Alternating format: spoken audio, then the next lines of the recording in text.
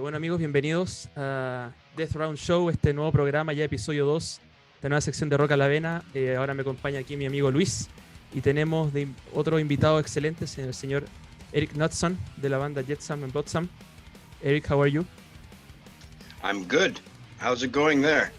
Everything is good here. Bueno, aquí obviamente vamos a hablar del nuevo disco de la banda Blood in the Water, y digo al tiro que lo que Eric diga lo vamos a ir traduciendo entre nosotros dos, así que no se preocupen por eso. Eric, the new record is fucking awesome. It sounds amazing. Thank you. I wanted. Let's start with the bad stuff. Since last year, this pandemic has taken away the live shows, right? And I wanted to ask you, what were the original plans for the band in 2020 if there was no pandemic? Do you think this record would have dropped last year if there was no pandemic, or it would still be in a 2021 release? We were kind of under pressure to get it out at the beginning of this year because we were scheduled to go on a big tour with Accept, and so we were really crushing hard to get the album finished.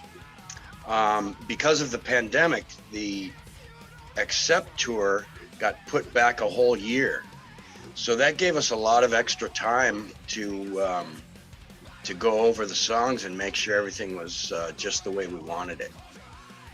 Bueno, ahí Eric comenta que el plan original era siempre, bueno, quizá hacer un poco show el año pasado. El plan del disco siempre era soltarlo a principios de este año. Ellos tenían planeado una gira con Accept que se corrió un año completo debido a la pandemia, pero lo bueno de eso es que les dio más tiempo para darle otra vuelta a las canciones y terminar el disco de manera correcta y de sacarlo, y bueno, y ahora está sonando como está sonando. Dale, Luis. Well, sir, first of all, so honored to have you here. Okay, so my first question is very related to the first one.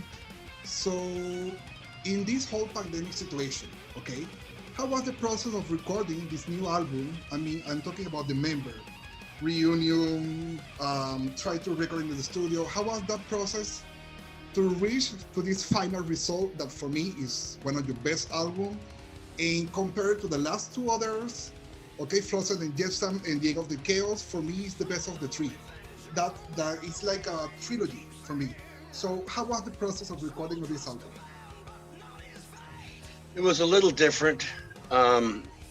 We really weren't able to be face to face with each other.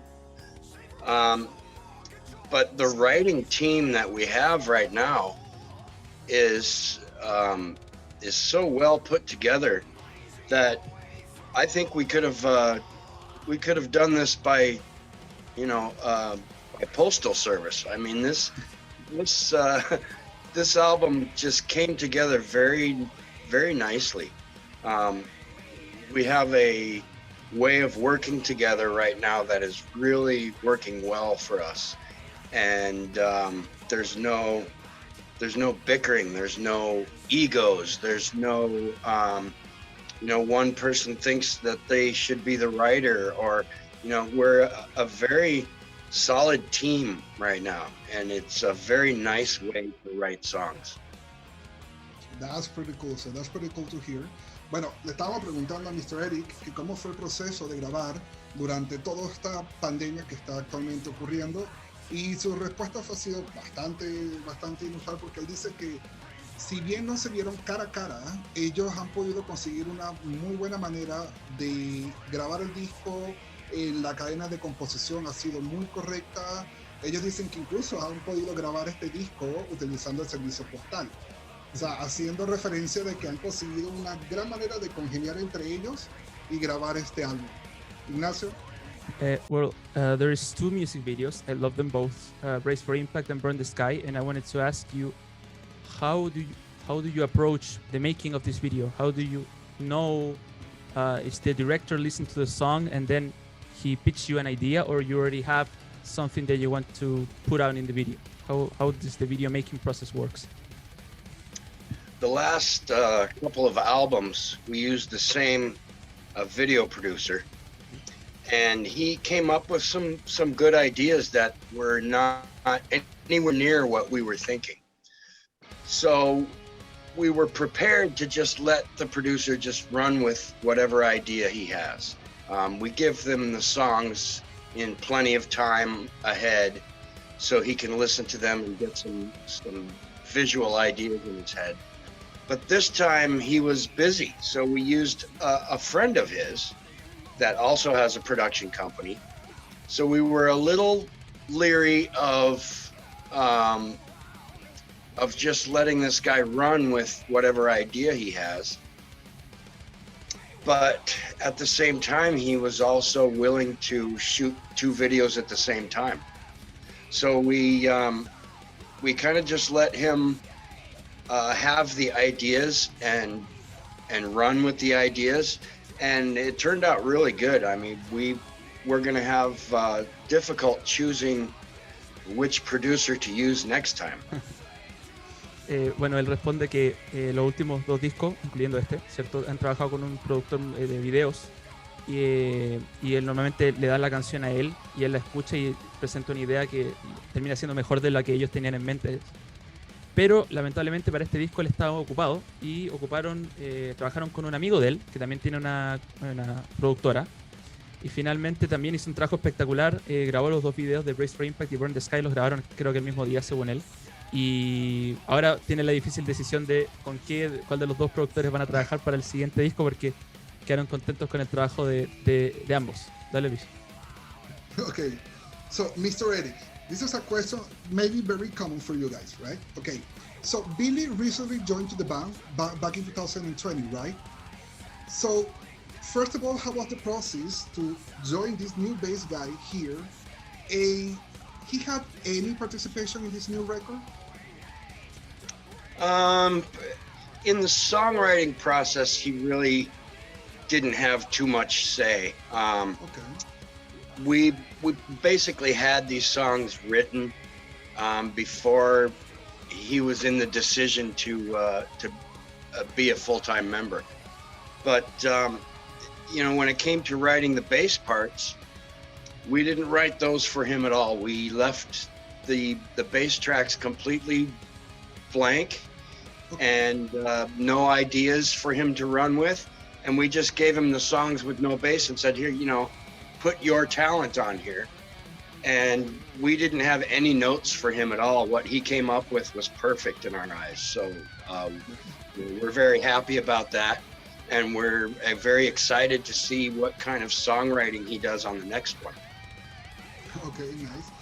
Le preguntaba a Mr. Eric que cómo fue primero el proceso de el recientemente añadimiento a la banda de Billy, el nuevo bajista, desde noviembre del 2020, ¿ok?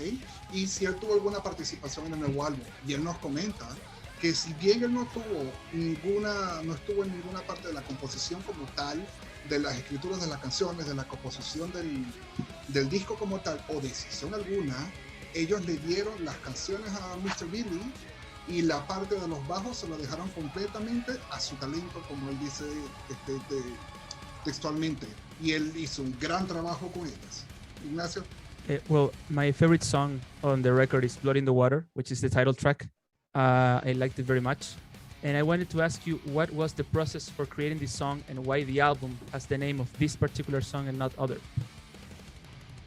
You know, this song was actually, we had the whole album written and we were ready to start putting the pieces together. And this song was a late comer. It came up at the last minute. It was basically written by Steve and Ken. And once we heard the thing, we had to start deciding what songs we were going to leave out of the list because this one was so strong. You know, for being a song that was thrown in at the last minute, it was very strong. And the album title was going to be Brace for Impact until we saw the artwork, and it went along with Blood in the Water so well that we changed the title of the record to match that song just from the artwork alone. Bueno, le pregunté sobre Blood in the Water, que es por la canción, ¿cierto? Que tiene el mismo nombre del disco.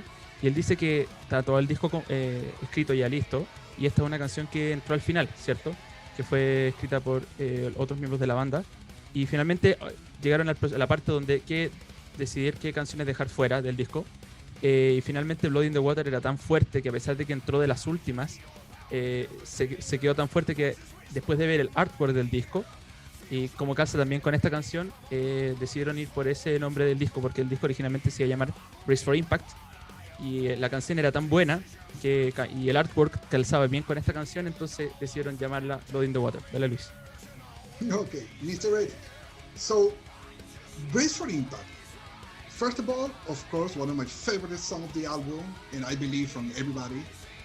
How do you manage your vocals? I mean, why? Because the song sounds like a kind of trashy, sometimes they have some kind of black metal into it. How do you manage the tempo of the song between the background and your vocals? This, yeah, I had the basic idea for the vocals when they sent me the song.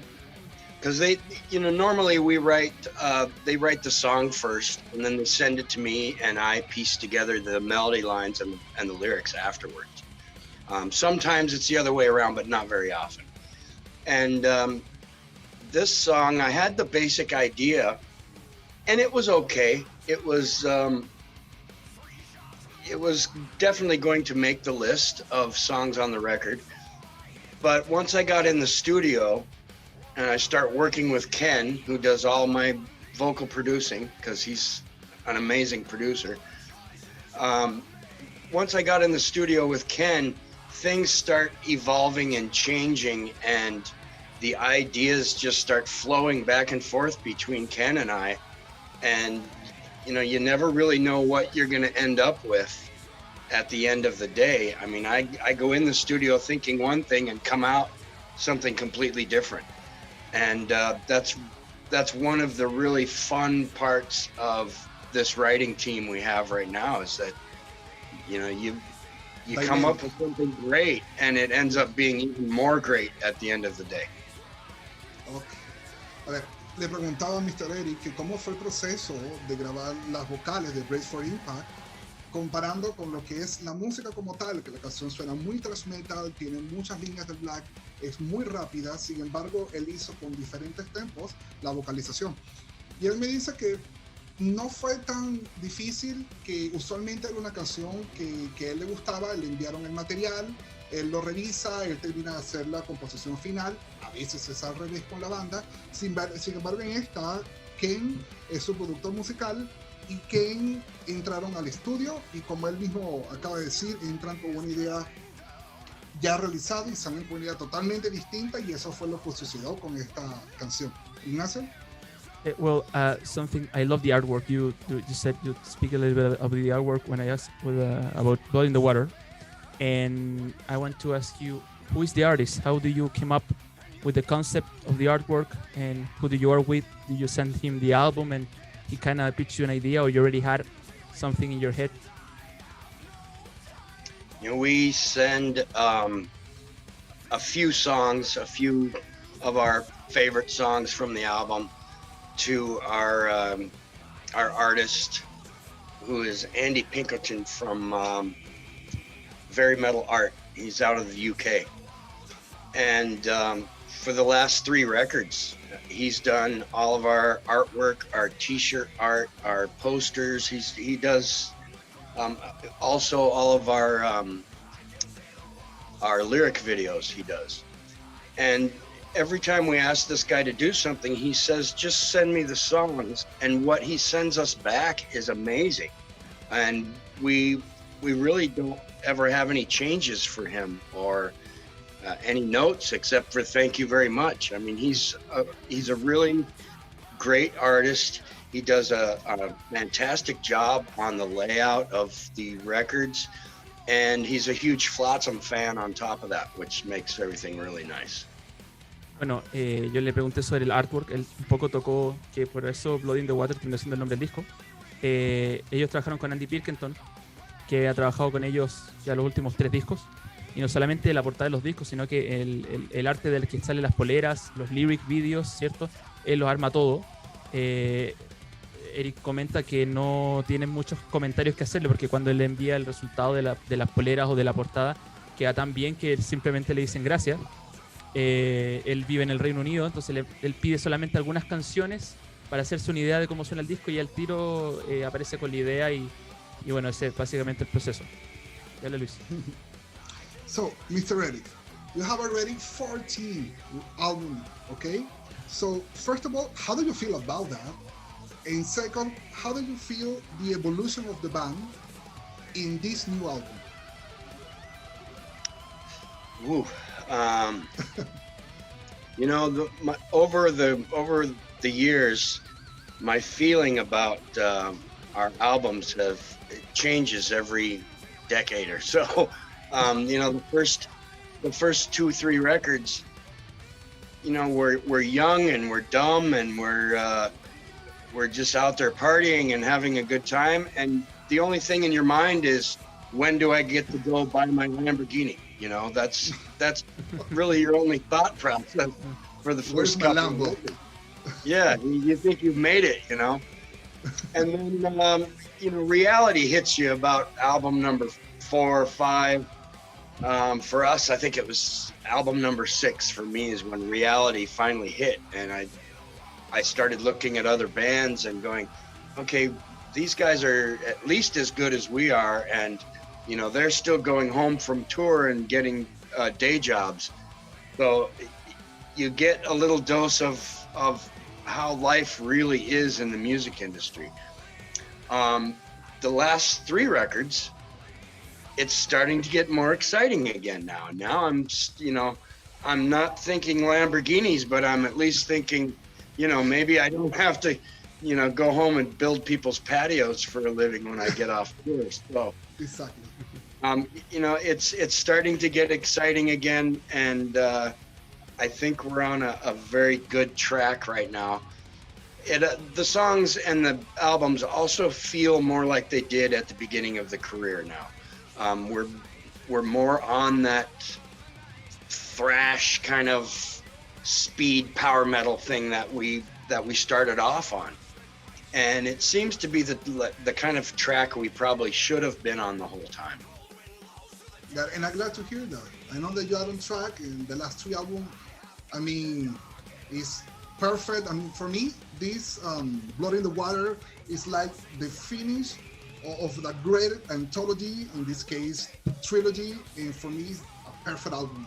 I mean, all these 14 record albums, all these 14, let's say, experience is the result of this new album. I mean, it's awesome, awesome. Le preguntaba a Mr. Eric que cómo fue el proceso, tienen 14 álbumes, y cómo ha sido esa evolución en el nuevo disco y cómo se han sentido ellos como banda al momento de cada disco. Primero nos dicen que los primeros 3, ellos eran la típica banda que querían fiestar, querían simplemente tocar, y donde pensaban en Lamborghinis, y después al pasar los años ellos se van dando cuenta de la realidad. En el 6º álbum es cuando ellos se dan cuenta del golpe de lo que es la industria musical, de lo difícil que es, de que muchas veces tocan, pero tienen que llegar en las mañanas a sus otros trabajos. Y comenta que en estos últimos 3 álbumes, que son los grandes álbumes que ha sido Flotsam and Jetsam, The End of Chaos y Blood in the Water, han sentido que han vuelto otra vez a estar encaminados, han vuelto a sentir que están creciendo como banda, que pueden mantenerse trabajando como banda sin tener que estar construyéndole patios a otras personas, y todo eso se ha visto reflejado en el actual trabajo. Ignacio? Well, sir, the band has a tour schedule for 2022, and I wanted to ask you, is there anything planned for this year, or just to promote the record? Let's see. I think the middle of August we're going to do a couple of weeks on the western half of the United States, just to knock the cobwebs off and get back into the swing of things. I don't think I've even sang Happy Birthday in over a year now, and I really need to get back into back into the swing of touring. But you know, we've got 2022. We have the Accept tour in the beginning of the year, and then we're gonna come back and do some eastern half of the United States, and then we're gonna go back over to Europe and do some festivals and maybe a headline tour. And then we really want to get to, towards the end of the year, we really want to get to South America. We haven't toured there. You know, I think we've done one show in Mexico City, and that's like it for our whole history of South America. And we have a lot of fans there, and we think it's a beautiful country, and we can't wait to come meet new friends and new fans and, you know, enjoy that part of the world. Bueno, le pregunté a Eric que si la banda tenía, bueno, tienen casi todas las giras potentes, ¿cierto? Viene para el 2022 la gira con Accept, sus apariciones en festivales en Europa y quizás una gira con ellos como headliners. Y que este año simplemente tienen una pequeña gira en agosto, creo, por Estados Unidos, ¿cierto? Por la parte de Estados Unidos. Que más que nada simplemente como para sacarse el polvo, ¿cierto? Empezar a retomar la esencia de lo que era hacer gira. Y ya el otro año, para que precisamente el próximo año, ya con el tour de Accept al principio de año, las apariciones en Europa, ya meterse de vuelta en el mundo de la gira, y que espera, que creo yo que a estos fanáticos acá en Chile y en Sudamérica también lo espera, que a finales del próximo año puedan venir a Sudamérica. Comentó que solamente tocaron en México y esa es su experiencia en Sudamérica, pero que tienen deseos de visitar otros países y saben que tienen harto fanaticada acá, entonces quieren que con este disco, ojalá finales del próximo año, venir para acá. Luis. Mr. Eric, so I was doing some background research, right? And I realized that Blood in the Water is some kind of compound of a few songs that they didn't make it the last two records. Is that true? Maybe some pieces, but you know, it was never really a full song until we started writing this record. But yeah, we, you know, when we did The End of Chaos, those guys gave me, I think, 40 songs. Okay. And they said, pick out the ones you like the best and work on those. And when it comes time to writing a new record, we always say, you know, we're going to pick up some of these songs that didn't make it on the last one and revamp them and whatever, but we never do it. They, you know, they may steal a couple riffs here and there out of some songs that didn't make it, but they really are so good at writing. I just, you know, I sit back and go, you know, wow, we have 30 extra songs from the last record and we're not using any of them because they wrote me another 30 songs. So it's really kind of a nice problem to have. Bueno, Luis preguntó sobre Blood in the Water, que al parecer investigó Luis y era una canción que había quedado fuera del último disco, o de los últimos dos discos, ¿cierto? Que había traspasado. Y Eric responde que, claro, o sea, que de repente, obviamente, que si canciones quedan fuera de discos, intentan meterlas en el siguiente, pero finalmente nunca lo hacen. Siempre, a lo mejor roban uno que otro riff, una que otra parte de batería debajo del instrumento, pero nunca la canción completa. Entonces, Blood in the Water quizás nació un riff en el disco anterior, pero nunca una canción completa. Fue para cuando empezaron a crear este disco que se transformó en una canción completa. Dale, Luis. Mr. Eric, so I know that Mr. Jacob Hansen, right, mixed and mastered the last album. So I know that guy is a huge name on the industry. How was the process to work with him? And I see that the result was pretty awesome. Yeah, we, you know, we weren't too sure about using him the first time. We listened to like the new Primal Fear record that he had done not too long ago, and we were like, this sounds really amazing, you know. So we tried to use him, and the thing that scared us was that we had no complaints. We didn't have to write back to him and go, oh, we can't hear the guitars here, or we can't hear the bass here. None of that. What he sent us back was right on the money. And it's a little scary to have that with no prompting, no notes for him. We just sent him the material, and he sends us back this masterpiece. And Awesome. the guy is really an amazing, an amazing studio artist when it comes to mixing and mastering. And I'm hoping that we can use him on the next few records also. Hopefully. Estaba preguntando Luis, ¿cómo es el nombre del Jacob Hansen. Jacob Hansen? Luis pregunta sobre por qué él que mezcló el disco, ¿cierto? Y un nombre gigantesco porque, bueno, Eric lo mencionó, trabajó con Primal Fear, Amaranthe y millones de otras bandas más. Entonces Eric responde que trabajaron con él pero con susto, porque cuando ellos le enviaban el material, lo que volvía era una obra maestra. No tuvieron peros, no tuvieron quejas, no, porque lo que le mandaba estaba espectacular, estaba sonando, pero bueno, si escuchan el disco se van a dar cuenta que quedó muy bien. Y eso le asustó un poco porque no tenían quejas, no tenían ninguna nota para él, como cambia esto, no escuchamos la guitarra o problemas, nada, todo 100%. Entonces fue un poco con susto, pero definitivamente quieren trabajar con él en el próximo disco. Sir, so this question is pretty simple. Your vocal heroes. My vocal heroes. Yes, Wow. your favorite vocal or your favorite bands. That's actually not an easy question. I listen to everything except gangster rap. I mean, I listen to everything. When I'm working all day out in the sun, I listen to Michael Bublé or Frank Sinatra or something. When I'm listening to metal, I'm all over the place. Sometimes I'm in that mood to listen to some, Cookie Monster vocals, and sometimes I want to hear actual singers, So I listen to just about everything. I like my two big metal bands that I like right now are both all girl bands. I love Crypta and Nervosa both. Okay. They've both put out some very good stuff.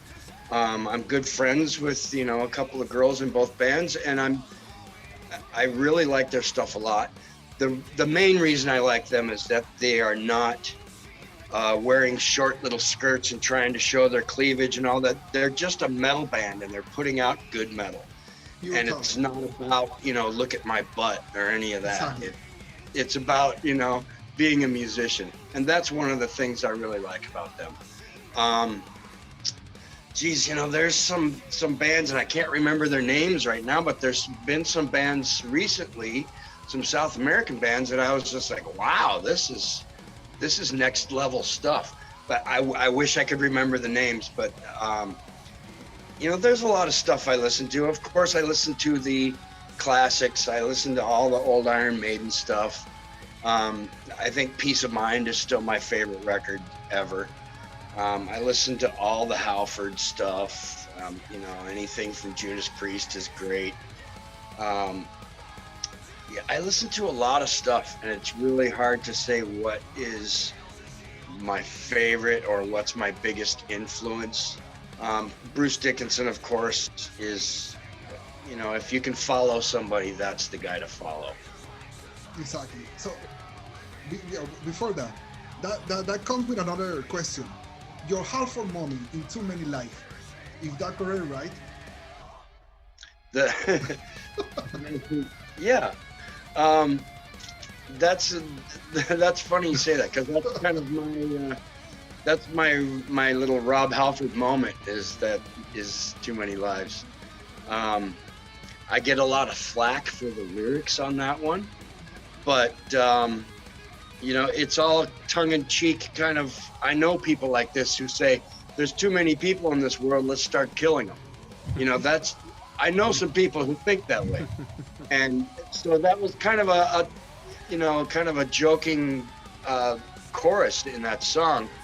But the numbers are correct. There's 151,000 people who die every day in the world. And there's 350,000 babies born every day in the world. And eventually there's going to be just way, way too many people. And there's not going to be enough food. There's not going to be enough resources. There's not going to be enough, of anything. And who knows what the answer to that is. I think it's, keep it in your pants until you're ready to raise children. Exactly. Use some condoms. Exactly. Exactly. Bueno, primero Luis le preguntó sobre qué bandas les gusta, qué está escuchando ahora. Y él le contesta que, bueno, escucha de todo excepto rap, ¿cierto? Gangsta rap. Sí, Que mientras trabaja puede escuchar desde cosas como Michael Bublé, ¿cierto? O Frank Sinatra. En cuanto a metal, obviamente le gustan los clásicos Iron Maiden, Peace of Mind y los clásicos, pero de las bandas más nuevas, fanático de Crypta y Nervosa, que son bandas que están compuestas 100% por mujeres. Nervosa ya hace rato que explotó, grande. Crypta viene recién saliendo, pero viene caliente Crypta. Y lo que le gusta es que son bandas de puras mujeres, pero que no andan mostrándose quizás como artistas pop o raperas, sino que es cuanto a la música, que se han hecho grandes y conocidas porque es buen metal el que ellas están haciendo. Y también me doy cuenta que es fanático de bandas sudamericanas, no recuerdo nombres, pero que también he escuchado harta banda sudamericana que encuentra que el nivel es espectacular y que le gustan harto. Y luego Luis preguntó, mencionó que es fanático de US Priest. Luis, preguntaste sobre su faceta. Sobre la canción de Too Many Lives. La canción Too Many Lives. Y claro, que hay gente que le molesta un poco eso, pero lo que dice la letra es verdad, ¿cierto? Que nace más gente de la que muere, que obviamente no tiene la respuesta para la solución a eso. Quizás no bajarte los pantalones hasta que estés listo para criar un hijo. Yo creo que es un buen consejo. Dale, Luis. Exactly.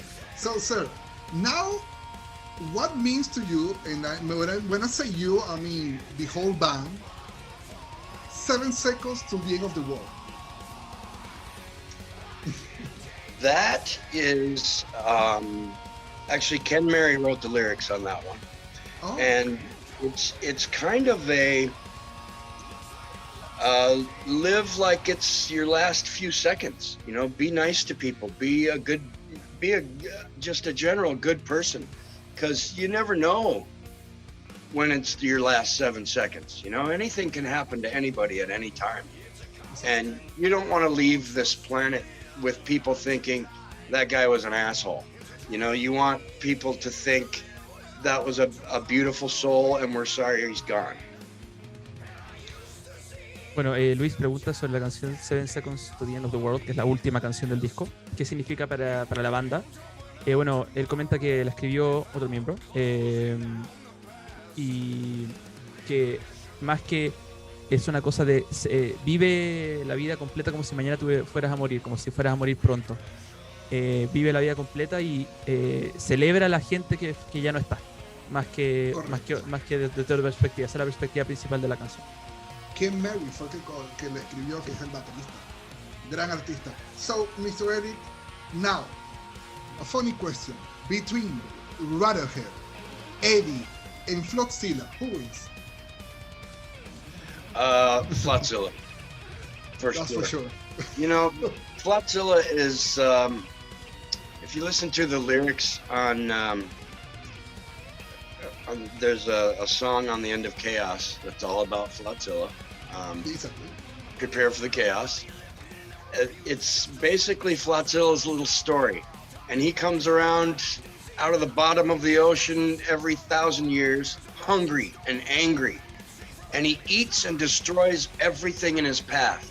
And as soon as he's full, he goes back down to the bottom of the ocean for another 1,000 years or so. But there's nothing that stops him. He eats nuclear warheads. He eats everything. And that's kind of the way we feel the new Flotsam is right now. There's nothing that can stop us at the moment. And we're already writing some songs for the next one, and it's turning out to be just as good as Blood in the Water. So we really feel like Flatzilla is kind of our mantra. That's perfect. Now, okay. Bueno, dale, Ignacio. Bueno, Luis, te preguntaste, me faltó una mascota. Eddie, ¿cuál era la otra mascota? Eddie, Radiohead de Megadeth, y Flatzilla. Metalhead, Eddie contra Flatzilla. Quien gana, obviamente, dijo Flatzilla. En la canción ahí del disco The End of Chaos cuenta que Flatzilla nace cada cierto tiempo y viene con hambre. Y eso también representa el estado en el que está la banda, ¿cierto? La banda ya está en un momento donde nada los detiene. donde ya están, como había mencionado en otra respuesta, que ya están de vuelta en los carriles de los primeros discos, ¿cierto? Entonces que la evolución del personaje Flatzilla también demuestra en qué momento está la banda. Exacto. So, sir, now finish. So you are like the wine. Every record you getting better, right? So now Flatzilla for me is awake again. Now he want to, to strike back. Now he's waiting in the water, so smelling the blood in the water. So I don't know if you want to say hi to the Chilean fans, and well, hope to see you here, South America, and hear more from you. Yeah, I feel like my whole career so far has been rehearsal to get to where I am now, especially my voice. And I don't really do anything special or particular for my voice. I think it's just, getting stronger and stronger, and I'm not going to question it. I'm going to just use it as much as I can. Exactly. But I've been crying and moaning about going to South America for years and years, and it just never happens. Something always stops us from getting there. And it's one of my dreams to play for South American people. I mean, I live in Arizona. There's more Mexican people here than there is anything else. And I really have a love for South America. I'm really good friends with the Sepultura guys, so they've been telling me about Brazil forever, and I'm dying to get there. So we're definitely going to make it happen.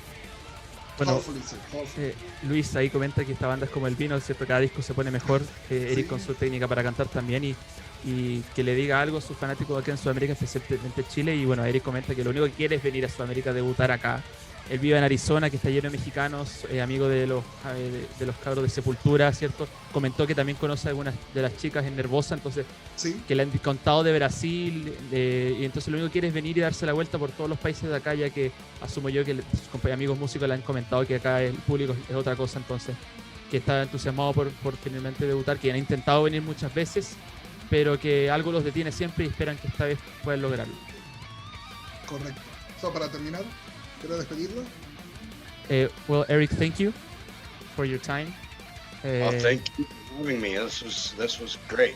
Thank you. Gracias, Luis. Esto ha sido el capítulo número 2 de Death Round Show. Nos vemos en el siguiente episodio. Chao, chao. So, sir. Bye-bye. Bye-bye, sir. Thank you.